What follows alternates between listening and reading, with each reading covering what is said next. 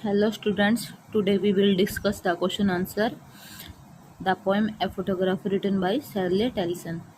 Question first. What does the word cardboard denote in the poem? Why has this word been used? जो cardboard शब्द है वो क्या दर्शाता है और कविता में क्यों यूज किया गया है? Answer. In this poem the word cardboard means a frame which supports the photograph. इस कविता में भाई जो कार्डबोर्ड शब्द है उसका अर्थ है एक फ्रेम जो फोटो को सारा सपोर्ट करता है. This word has been used in the poem because the picture is very old when the cardboard was used as a photo frame. इस शब्द का यूज कविता में इसलिए किया गया क्योंकि तस्वीर बहुत पुरानी है और जब कार्डबोर्ड एक फोटो फ्रेम के लिए यूज होता था. Second question. What has the camera captured? कैमरे ने क्या कैप्चर किया? The camera has captured the poet's mother and two cousins Betty and Dolly on the beach. जो कैमरा है वो भी कैप्चर करता है कवित्री की माँ और दो बहनें बेटी और डोली को समुद्र के किनारे. Her mother was around 12 years old and was in the middle. उसकी माँ उस समय 12 साल की थी और बीच में थी. She was holding the hands of her cousins. और वह अपने दोनों चचेरी बहनों के हाथ पकड़े हुए थे. It was one of her mother's favourite past memories. और यह उसकी माता की सबसे खास यादों में से एक याद है. पास्ट मतलब जो बीत चुकी है, पुरानी यादों में से खास याद है. What has not changed over the years? Does this suggest something to you? इतने सालों में क्या नहीं बदला? आप कुछ सुझाव दोगे? The sea which touched her mother's feet has not changed for years, whereas her mother and cousins grew older. जो समुंदर जिसने उसकी माता के पैरों को छुआ था वो नहीं बदला. इतने सालों में वो वैसा का वैसा है और उसकी माँ और उसकी चचेरी बहन बड़ी हो गई है. The sea symbolise immortality. जो समुद्र वो अनंत को दिखाता है, मतलब अंत न होने वाला. Human beings have a life span and have to die someday. जो इंसान है वो बेटा जीवन यापन करते हैं और थोड़े दिनों के बाद मर जाते हैं. Poet's mother laughed at the snapshot. What did the laugh indicate? जो कवित्री की माँ फोटो देखकर हंसती है उसकी हंसी क्या दर्शाती है? The poet's mother laughed at the snapshot, recalling her favorite past memories of the day when this photograph was clicked. जो कवित्री की माँ फोटो को देखकर अपनी पुरानी यादों को याद करके हंसती है, जो कि उसकी फेवरेट सबसे खास याद थी. उसको देखकर वो उसको याद करके फोटो को देखकर वो हंसती है. What is the meaning of the line both worry with the labored ease of loss?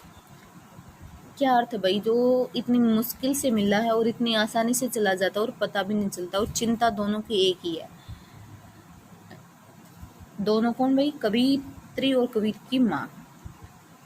The above line means that the poet's mother felt pain whenever she saw the old photograph because the innocent childhood days would never be back.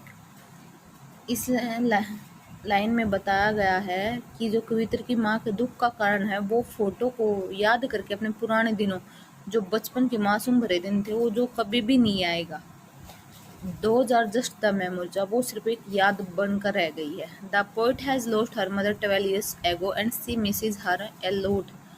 जो कवित्री है वो अपनी माँ को 12 साल पहले खो चुकी होती है और वो उसको याद करके दुखी होती है. Both of them lost something.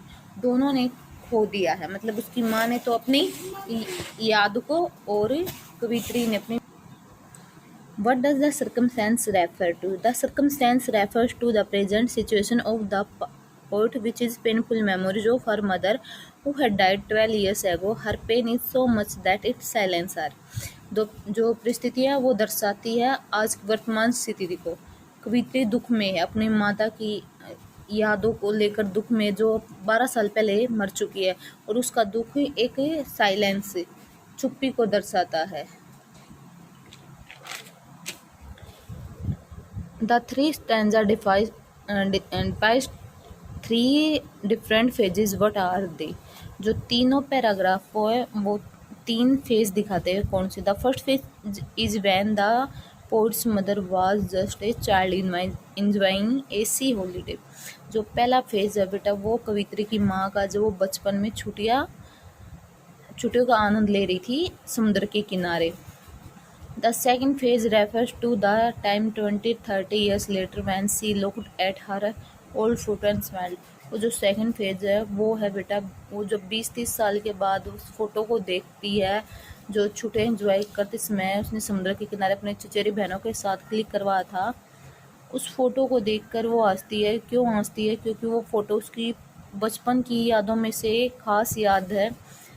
ये उसका सेकंड फेज है। The third phase refers to the period after mother's death. जो तीसरा फेज दिखाया गया है कवित्री की माँ की मृत्यु के बाद का है।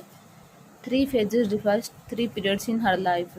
तीन फेज है जो उसकी लाइफ के वर्णन किए गए, चाइल्डहुड, वुमेनहुड एंड डेथ। मतलब बचपन, वयस्क अवस्था और मृत्यु को। ये हमारे बेटा पोएम के क्वेश्चन आंसर्स है, इनको नोट डाउन कर लेना और लर्न कर लेना।